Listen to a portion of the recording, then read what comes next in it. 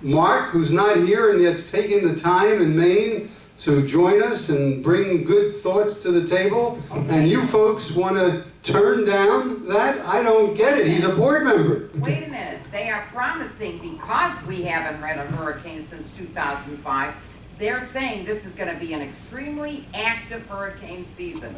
Oh, really? Really? Who said that? The weatherman.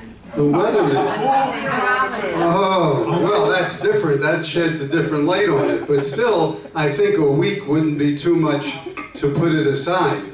We've already voted no on the table. Thank you. Okay. Michelle, you had your hand up first. Okay. I know about Wilma. I wasn't here. I know about hurricanes. I know about storms. My husband and I are offering, before you cut any trees down in front of the Bordeaux and remove them, we will hire our own arborist at our own expense to look at those trees before you rip them out. It is unfair to the owners and the people that live in the Bordeaux to rip out their trees without getting another opinion that we ourselves will pay for that opinion. In 2009, they were going to rip out all our ficuses. I brought in 2 different arborists concerned with the arborists that you presently had here that said they were going to die, they had to be ripped out. They were saved and they didn't have to be ripped out. My concern is you got an opinion from an arborist that states, okay, these trees need to go. What damage are these trees doing? How many other buildings are going to have trees ripped out? Do you want to take the aesthetic effects out of the building? I mean, you know, you're not going to replace them. We're going to end up with stumps. Yeah, it's going to be below ground, but you're going to take away. Hurricanes do pull trees down. I understand that we had to replace a lot of the trees due to the fact that there was a hurricane. This is normal. Okay, the builder who built this place, and the Bordeaux was the very first building, put them in, this man was not a stupid man. He knew, and he used a lot of intelligence, he used a lot of money to build what he did to make this place the way it is. So before you rip trees out, we're willing to pay for an arborist, even 2 opinions, to come in and give their opinions.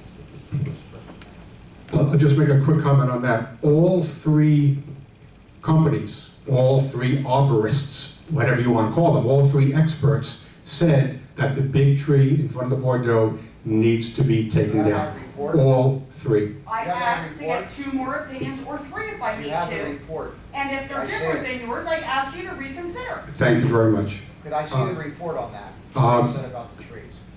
You're welcome to go to the office and ask for whatever's there. Well, you have the bids. I would have to have them. I want to see the The documents report that say saying about why those they need to be trees. removed. Oh, well, they told us, and they put it in there. So we'd have to have them put it in writing. They could do that. Why, and explain why they need. I can do that. Don't worry. I'll get it for you. Lisa? Hello again. Those of us who have been around a long time, which I think would include Sandy, because you survived from Abe. Well, I mean that in a good way. If you look at the history of the trees here, typically the ones that have been put in, by and large, have been ficus trees. And the ficus trees, the way the growth pattern happens, they grow fast, they grow tall and wide, but they have a very shallow root system. And what that means on a practical basis is when the wind blows really hard, the biggest trees outside come crashing down. Michelle? Okay, can I have the floor for the moment? You'll have your turn later. Yes, sometimes the oak trees come down, or the smaller trees, but I have seen so many trees over the years that were ficus that came crashing down and destroyed a car. And obviously we like the look of a ficus. We like the shade, that it's cooler, the aesthetic and so forth. And as far as insurance, there's a phrase in the insurance industry called act of God. I'm not sure how God has anything to do with this, positive, negative, Hashem, God, Allah, whoever deity is. But a lot of times, hurricane damage to a vehicle is considered an act of God and therefore not covered. So if a tree comes down because it has not been properly trimmed, or because it was put in there and it should not have been at all, then the insurance sometimes doesn't want to deal with it. So we have the owner who will go in the office and say, do something, my car was just demolished. Oh, I'm sorry, you're on your own. There's a coverage for that, for your car. Huh? There's a coverage for that. Common collision, that's how it's called. A lot of the companies, they exclude it because they say that God had something to do with it. Thank you, Lisa. But wait, okay, but my basic comment is there's some discussion among the board that only take out the trees that are getting ready to do damage. If these other trees aren't trimmed, they are most likely to cause some damage. And so it's not an aesthetic thing, it's more of a safety issue. Didn't we lose 50 trees in Wilma? Hundreds of trees. Hundreds of trees. Yeah, okay. Yeah. Jackie? And he ate tomatoes. He ate tomatoes. That's a good point. Was any of those trees replaced? The 100 trees that we lost? They were replaced. I don't know for a fact, but I believe that the vast majority, excuse me, the vast majority of trees that were lost. They were not replaced. That's my understanding. Okay, so I would say we basically need to replace some trees back still. That would be great, but that's a whole nother expense and something to That's deal with. huge. Maybe that's something the projects committee could take up, because that's a very big deal. Okay. And Well, it's a question of which trees and where, and there's a lot going on. That's not something we can deal with certainly tonight. And again, maybe the projects committee can deal with that, but that's a little late in the game. another quick question. Would it be possible to take down the bad tree and replant? Maybe just cutting them down altogether? There are 4 trees, in all the bids, there are 4 trees scheduled to be completely removed. Whether or not we put something in their place is another question, and relates to the question you had before. That if we lost trees as a result of the hurricane, do we replace any of those? That's a separate issue. And again, the board can deal with that. We can assign that to the projects committee. There's a way we can go forward with that. I got one more question. As Lisa said before, this is an act of God. We could be taking down all those trees now, and if there's a hurricane, we can have the rest of the trees that we left behind on top of every car in the buildings. So you just don't know what's gonna happen, and it could happen to any tree. If that's the case, we take down every tree. Well, as I said, the whole idea of the tree trimming in advance of a hurricane is to reduce the likelihood, you can't eliminate this, to reduce the likelihood of damage due to downed trees. Frank? Did you want to speak? Excuse me? It's Mark Richmond. I'd like to move the question. Yeah, we're just, we have to give the audience members a chance to speak. We have one more. This will be the final one. To identify themselves so I know who's speaking when they speak. Okay, my name is Stuart Wolf. I think everyone knows me.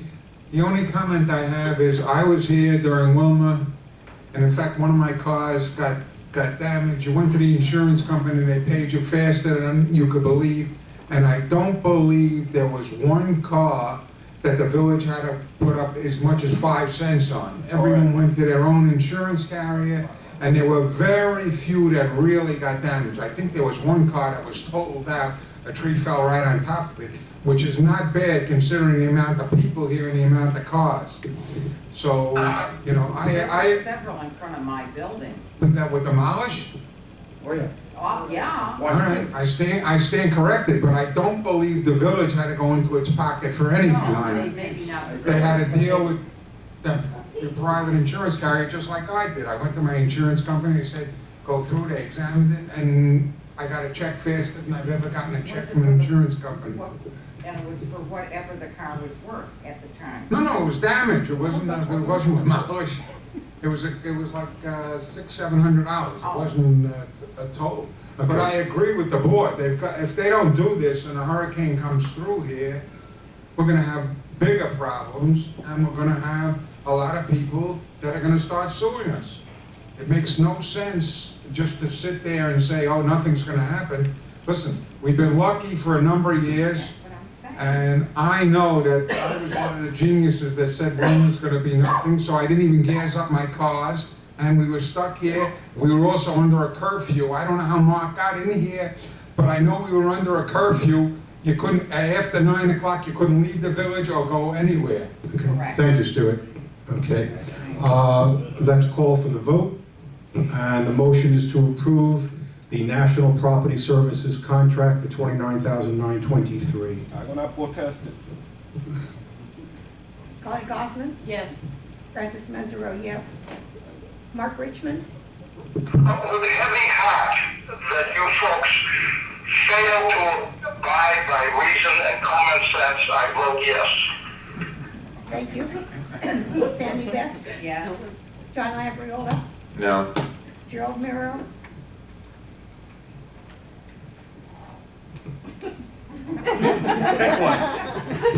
You got a 50% chance.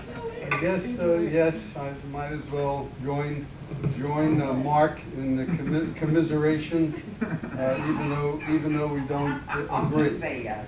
I take that for a yes. Yeah, take it a commiserated yes. Passed by a vote 6-1. 6-1 vote. Thank you very much.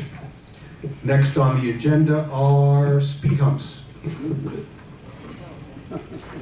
we go again.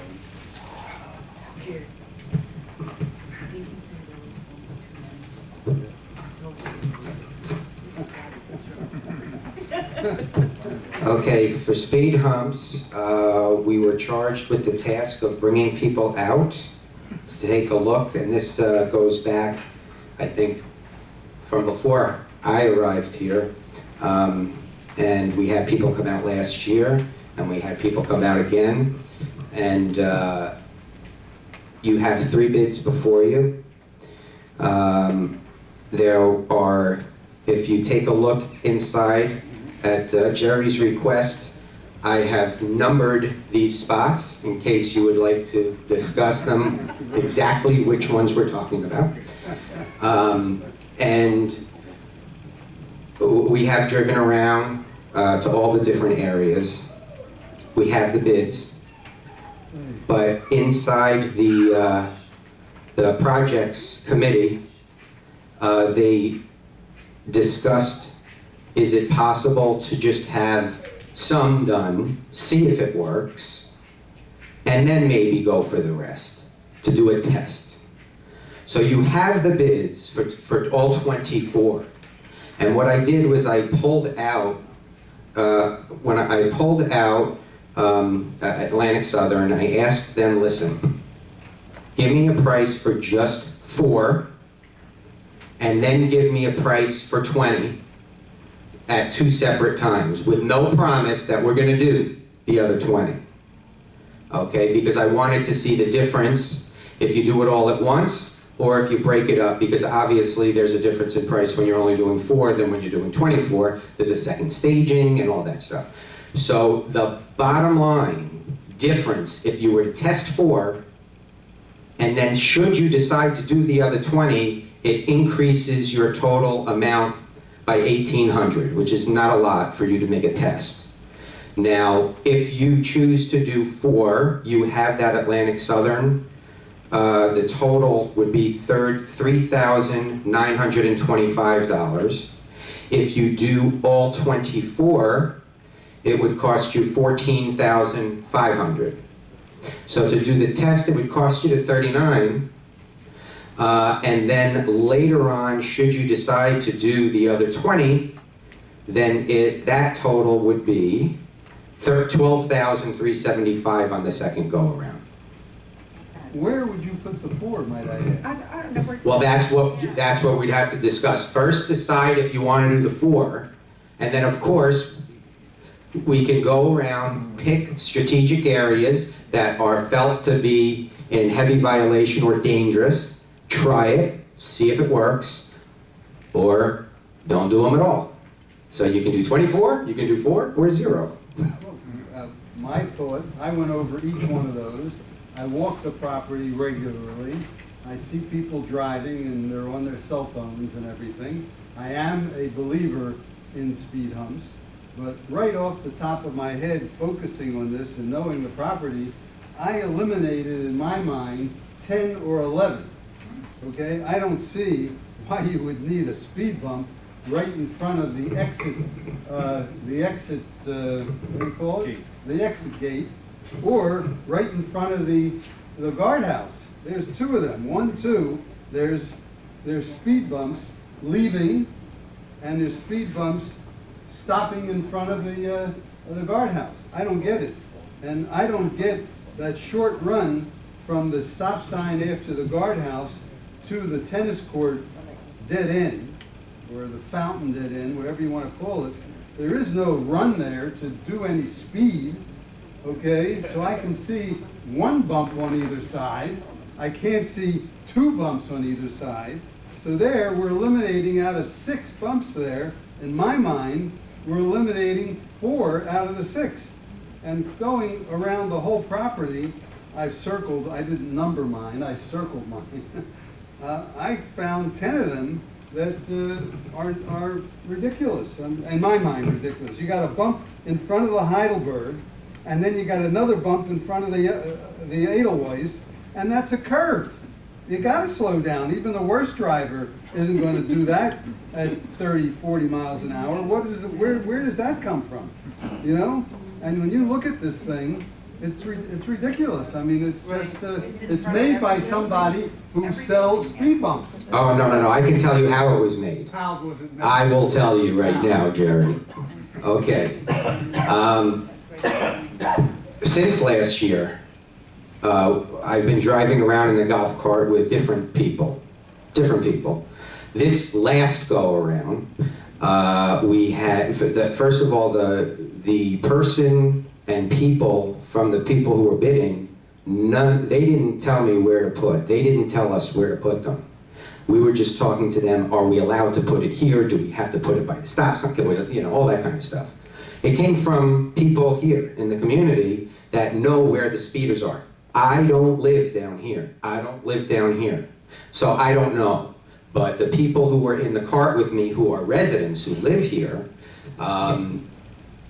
pointed out very specific areas where there's a problem. And I can answer your very first question. Why? You look at me with that smile, and I don't even know what it means. But okay, so when you look at the actual guardhouse, which is your first question, I know that's where I come in and I go out. Now I stop at every stop sign, even when I'm driving in the car.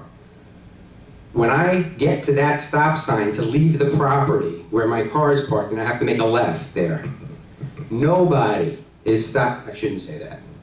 A lot of people are not stopping at the stop sign immediately when that gate opens. They're flying through there. And there are people walking. Or there's a car that stopped and they start going. This is the reason why after the gate opened, there was a speed bump placed there. You can decide and discuss as a board if you think that you don't need that. But this was not discussed, this was not decided by the guys who put them in, because they don't know where your problem areas are. People who live here do.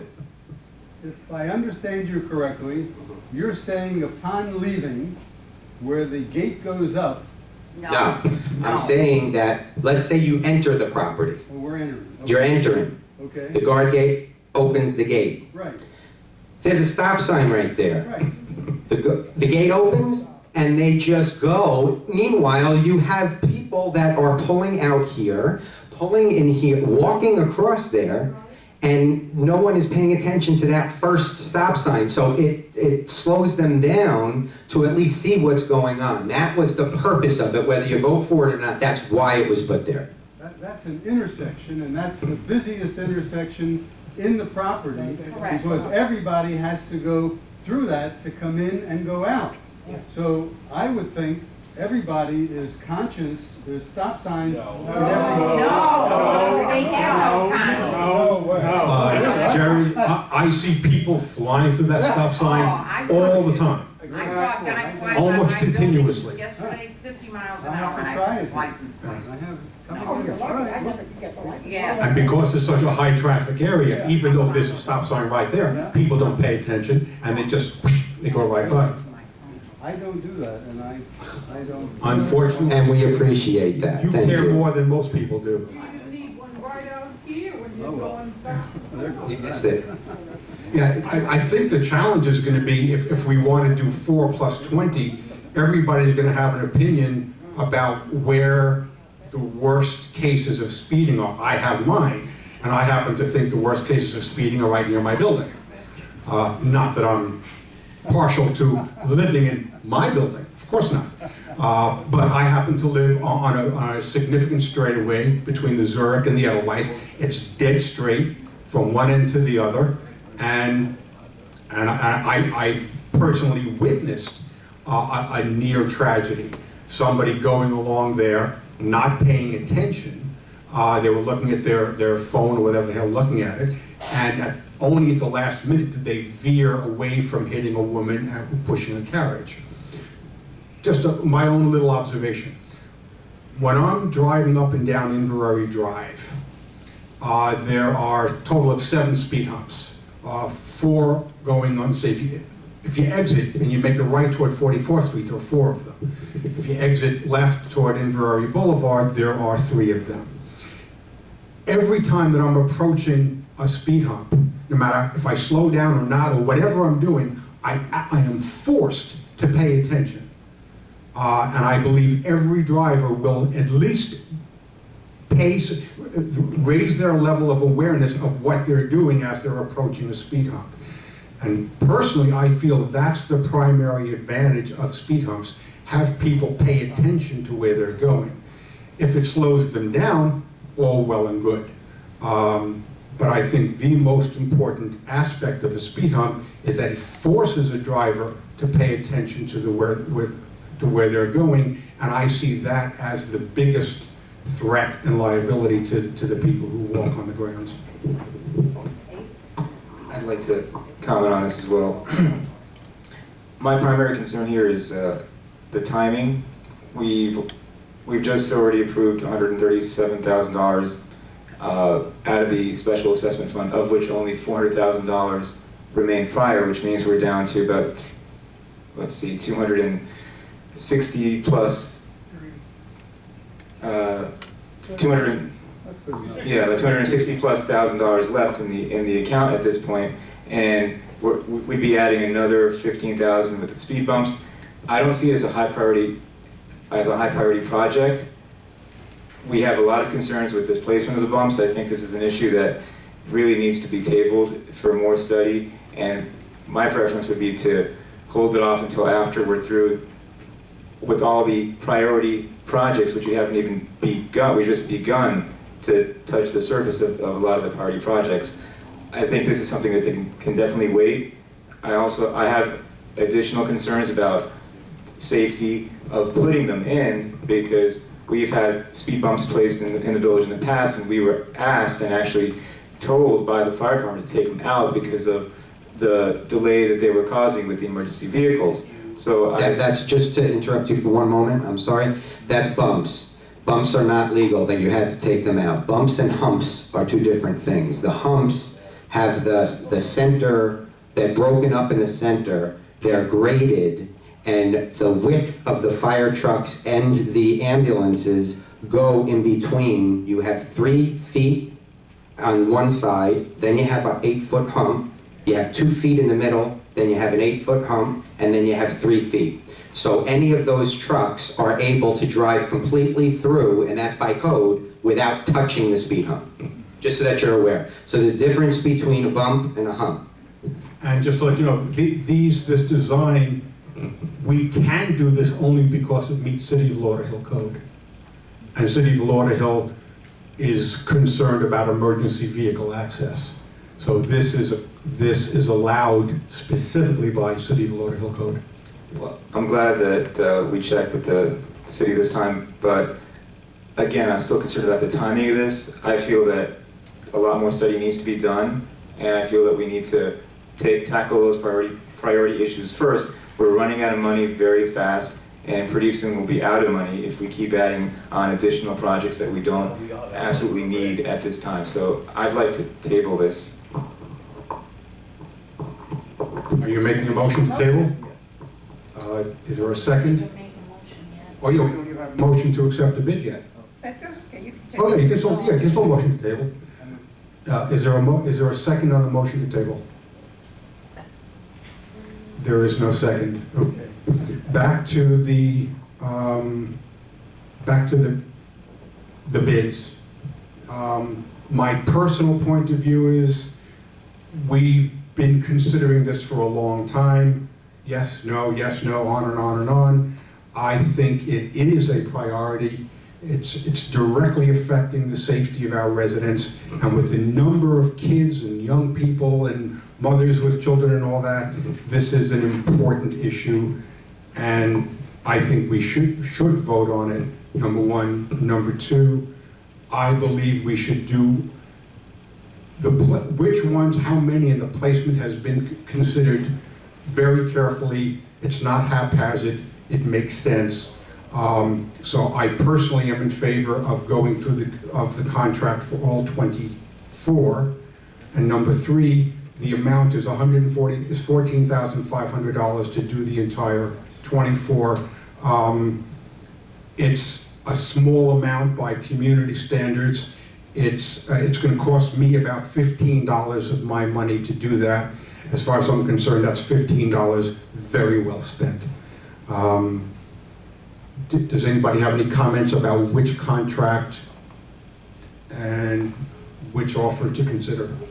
I'm generally in agreement with Marvin, with the exception, I definitely think that 24 is too many, and I think that needs some research, and you can always add, you're not going to subtract. So if we put in half the amount, and then if we need to put in more, or there's one particular area that seems to cry out for it, we can add that in the future. I don't know why we would go with 24. Again, to me, I don't get it. But there's nothing wrong with having 24 or 30 or whatever if the need is there. But start out with a dozen. Start out with the critical areas, the straightaways, as Marvin points out, where people get an opportunity to move fast. But I definitely agree with the need because it's a safety factor. It's a resident factor, and I think we have to protect our residents. Question, please? Sure. I'd like to know how many residents have been injured by an automobile in the last 30 years. Do you know the answer to that? Right back there. I've almost been in 4 Lisa times. Corcoran. We have one, I know of one person, Lisa, who was hit by a car and permanently injured. And Michael just raised his hand in the back. He's the young man who's in the wheelchair. And he just reported 4 times in daylight. in 4 times in daylight, he was nearly hit by a car. Thank you. And I can tell you too, Mark, you know, I live in Yorkshire, and I can't tell you the number of times when I would step off the curb and somebody would really almost hit me. And then when I called out to them or something, they either smiled or gave me the finger. How much would the bumps, hump, or what have you to be put in? If we do 4 plus 20, the 4 is 3,900, and then there's an additional 12,003. So it's a. If we do the 4 is 3,900. If we do just 4. What if we do 12, like he said? Okay. And as far as, I'm going to respond to what Jerry said. My understanding is these 24 locations are not haphazard. They're all locations reported to management that people are not paying attention and or driving too fast. My belief is that none of these are superfluous. And if you ask the people who live in that area, they say, no, don't take those away, I care about that. It would be nice if we would have representatives from each of these buildings here to get 11 different points of view. But my understanding that the information gathering process and putting these in place is due to unit owner or resident feedback. Is that an accurate? Yeah, yes, it is accurate. They are strategically placed. We've driven the property several times. Does it mean that some people are going to be happy where they are and some people are not going to be happy because it's right near one of their parking spots or whatever the case may be? Yes, you'll hear some